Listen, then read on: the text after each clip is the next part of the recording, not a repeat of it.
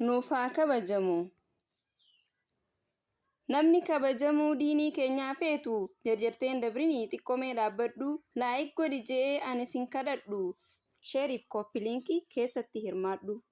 Akkaataan uffannaa mana barnootatti haa nuuf kabajamu bakkuma hundatti hijaabni dubartiif faaya jireenyaati. Seerri hijaaba irratti ammaan tana bahe yaada akkamiini silaa kan murtaa'e garuu seerri keenya si dura nuuf bahe. Hijaaba uffannee barnoota yoo dhayne sammuu miti qaamaa barkan sattaranne nuuf kenna hijaabni rabbiitu nuuf kenne. Hijaaba uffanneeti barnootaas baranna rabbiitu nuun jee uffadhaatii deemaa jecha keetiif jecha baasuun nuuf salphina.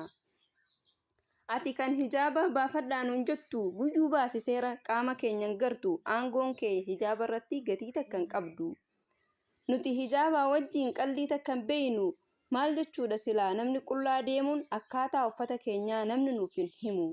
Warri qullaa deemu ija simoofeessee tanaaf nu arguudhaaf seera kana keessee wallaahi nu gartu guyyuu osoo keessee biraanuu dhagehii takka